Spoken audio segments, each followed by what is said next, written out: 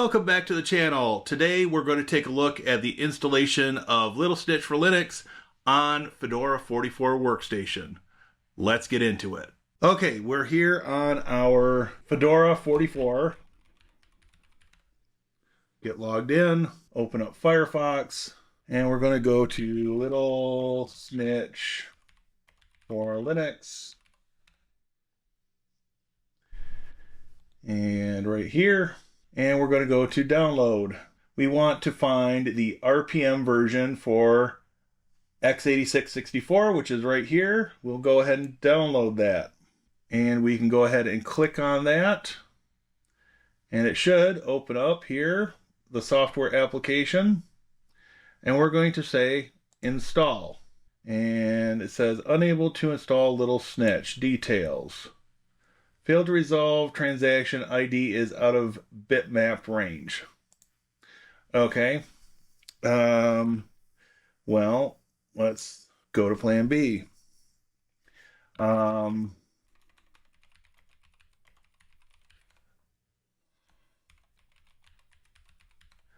See if there are any other updates. Nothing to do.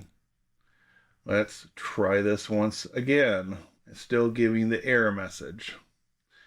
Okay, let's come back to the terminal. Little Snitch is the only thing we've got in here. So we're going to say sudo dnf install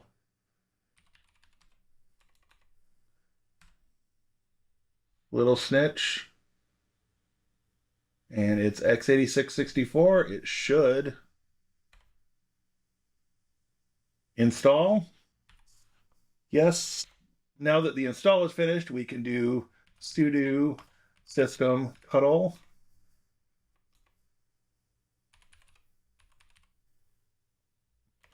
status Little Snitch. It's active and running. All right, so if you're running on a workstation machine or a laptop that has a DHCP address, this is where you'd stop. For accessing the GUI, you go to localhost 3031. It shows you different processes that are making connections, incoming or outgoing. This is currently set to internet and local networks. So if you're on a desktop machine with a DHCP address or a laptop that's pretty obviously going to get moved around, you get DHCP. This is probably where you'd want to end your configuration. It's installed, you're able to do things with it. You're likely on a single user machine, especially on a laptop, and this is good enough. What if you wanted to access Little Snitch from another computer on your network? There is some additional configuration that we need to go through. Let's take a look at that now. All right, we're in our terminal, and we want to move to var lib Little Snitch. If we look at the contents, we've got a configuration directory and an override. If we take a look, we've got a configuration directory and an override directory. Now, we want to go into config, and the file in question is web_ui.toml. And we want to take that and make a copy of it in the override config directory. So we're going to say sudo cp web. We're going to say ... to get the next directory up / override config. And that has copied. So now if we move to ... /override config, we've got the web UI toml. So we're going to make the assumption here that this is a server machine, and in my case, it's not a server, but it's a workstation that's a VM, and it's not going to have a wildly changing IP address. So we're going to look for the IP address for this machine, and it's 203.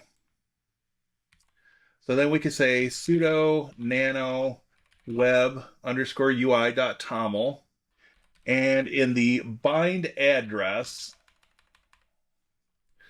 172.16.74.203, we're going to exit, yes to save, hit enter, and then we're going to say sudo system ctl restart little snitch.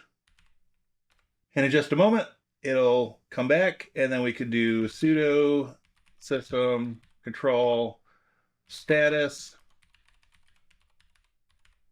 little snitch. It's active and running. So if we go ahead and exit that, we should now be able to use the IP address to access our little snitch. And again, we could change it to dark mode. And to double check this, we'll exit out of this. We'll come over to a new tab. I'm on my Mac here, 3031. And so now I can access this across the network. All right, this gets you through a basic configuration where you can access it at localhost, you can access it across the network, but what if you wanted to add authentication? Well, we need to revisit our web_ui.toml file and make another change. Once again, we are in the terminal. We are in the var_lib little snitch override config directory. We're going to once again edit the web_ui.toml file. When we were in this file before, we concentrated on just the bind address here at the top. But if we come down a little further, you can see that we've got authentication options. Their default is none. So at the very minimum, you would want to use system account. But keep in mind this line right here. Passwords are sent in clear text when HTTP is used. Use HTTPS TLS encryption if you request passwords. Okay, so keeping that in mind, we'll come down here and we will enable system account. And we'll take a look down further. And currently, I'm not set up with a reverse proxy, so doing TLS is going to be a little more difficult. But we can use HTTPS. We can set it to true. And then we can go to certificate path, etc, little snitch, cert.pem, and SSL key path, etc, little snitch, key.pem. We're going to exit, and we're going to once again restart little snitch. And we can check status. And it is not, it is enabled. It says activating. Run this again. And it says timeout abort. So we've got a little issue. So in this case, since it's just me on this machine, I am going to once again set this to false.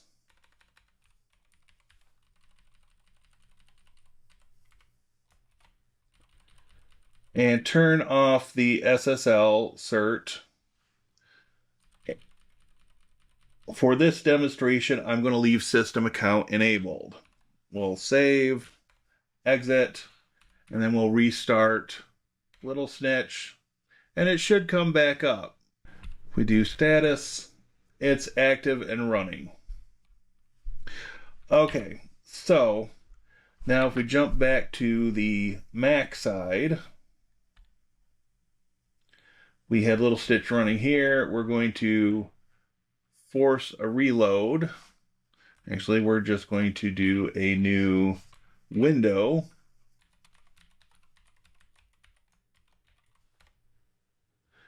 and that's still not prompting for a username and password. There's still some configuration work to do, and I'm hoping that the documentation gets improved to the point where this is a little more straightforward as to what they are wanting, and that the behavior becomes more predictable. But this is where we're at right now, and hopefully this is enough to get you started. That's going to wrap up our look at Little Snitch for Linux. If you have not seen it already, please take a look at the video on your screen, which is our introduction and install of Fedora 44. Until next time, have a great day.